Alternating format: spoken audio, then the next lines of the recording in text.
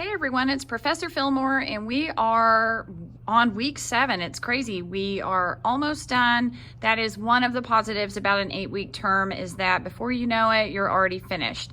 So this is our biggest essay, the classical argument, in terms of probably the amount of work you have to put into it, but also point values. The final copy is 275 points. So just really fight your way through this week and finish strong, because I think week 8 is pretty much a breeze. So I'm clicking on week 7 on our course, and you will have 3 things to do this week. So on week 6, your job was to really look at an argumentative text or an argumentative speech and really examine some of the features of good argumentative writing. So all of those things we learned about on week 3 when we did the textual analysis, claims and evidence. How well do they appeal to you through the rhetorical triangle in terms of their credibility, logic, and emotion? But also, did they offer counter evidence? And did they refute that counter evidence? And I could really tell by your responses that I graded on week 6 that you guys really seem to understand how important counter evidence is, but also the importance of being able to refute it, because it strengthens your own argument that much more.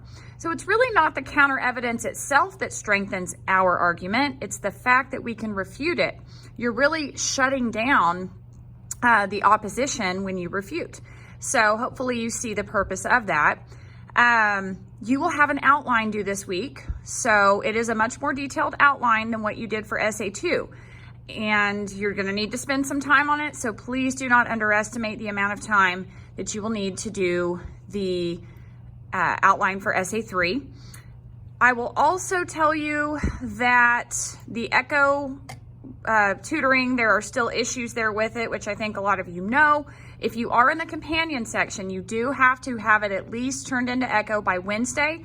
I think if you can actually get it in Tuesday, that would be best, because I think you can really guarantee you'll get feedback, or you can go in person to the Writing Center.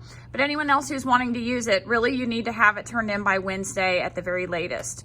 There is a cooperative activity to peer review your drafts, so those will need to be completed once again, so that we can check everything for you and give you some really good feedback.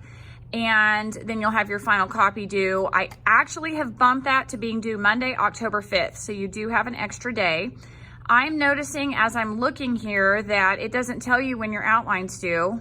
I don't know why that is. So I'll get the due date on there, but it should say Tuesday by 11:59 p.m. So really just refer back to all of the materials that I gave you on week 6, so you can read my sample classical argument that I did over everyday use.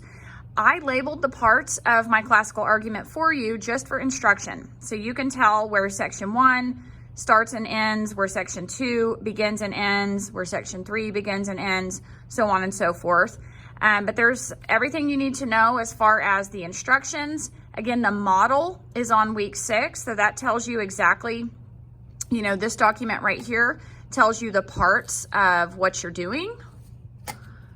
And I don't want you to think it has to be a 5-paragraph essay just because there are 5 parts. Really, your 2nd, 3rd, and 4th sections probably will be multiple paragraphs, if I'm being honest. But those are just the separate sections in case you need to go back and refresh your memory.